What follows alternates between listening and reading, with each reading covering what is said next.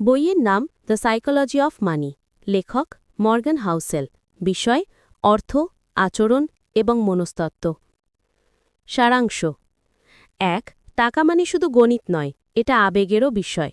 মানুষ সবসময় যুক্তির ভিত্তিতে টাকা খরচ বা বিনিয়োগ করে না, বরং অনুভূতির ওপর নির্ভর করে। ভয়, লোভ, আশা এসব আবেগ আমাদের সিদ্ধান্তকে প্রভাবিত করে। ২. প্রত্যেকে টাকার অভিজ্ঞতা আলাদা। যে পরিবারে দারিদ্র্য দেখেছে সে টাকার মূল্য বোঝে অন্যভাবে। যে পরিবারে টাকার অভাব ছিল না তার মানসিকতা আলাদা। তাই অন্যের অর্থনৈতিক সিদ্ধান্তের সঙ্গে নিজেরটা তুলনা করা ঠিক নয়। ৩. সৌভাগ্য ও ঝুঁকি একসাথে চলে। কেউ ধনী হয়েছে মানেই সে সঠিক সিদ্ধান্ত নিয়েছে এমন নয়, অনেক সময় ভাগ্যও বড় ভূমিকা রাখে। আবার কেউ ব্যর্থ মানেই সে ভুল করেছে তেমন নয়। ৪. যত বেশি পাওয়া যায় তত বেশি চাওয়া জন্মায়।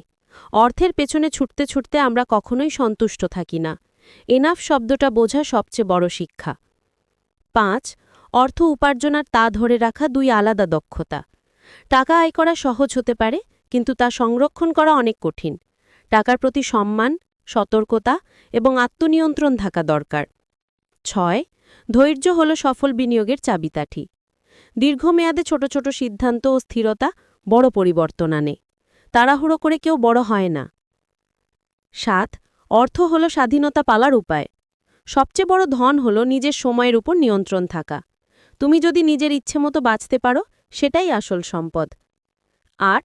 জীবন শুধু টাকার জন্য নয়, শেষ পর্যন্ত মানুষ চায় মানসিক শান্তি, ভালোবাসা ও সম্মান। টাকাই সবকিছু নয়, এটা শুধু একটি মাধ্যম। ভয়েসওভারের উদাহরণ তুমি এমনভাবে বলতে পারো। বন্ধুরা, মর্গান হাউসেলের লেখা দ্য সাইকোলজি অফ মানি বইটি আমাদের শেখায় টাকার সাথে আমাদের সম্পর্ক কেবল হিসেব নয়, এটি একটি মানসিক যুদ্ধ। কখনো আমরা আবেগে ভুল করি, কখনো লোভে হার মানি, কিন্তু যে মানুষ ধৈর্য ধরে, সম্মান করে তার পরিশ্রমকে, সেই শেষ পর্যন্ত টাকার প্রকৃত মানি বুঝতে পারে। ভিডিও শেষে বলতে পারো, বন্ধুরা মনে রেখো, টাকা দিয়ে সুখ কেনা যায় না, কিন্তু জ্ঞান দিয়ে শান্তি কেনা যায়। তাই অর্থ নয়, জ্ঞানকেই বিনিয়োগ করো।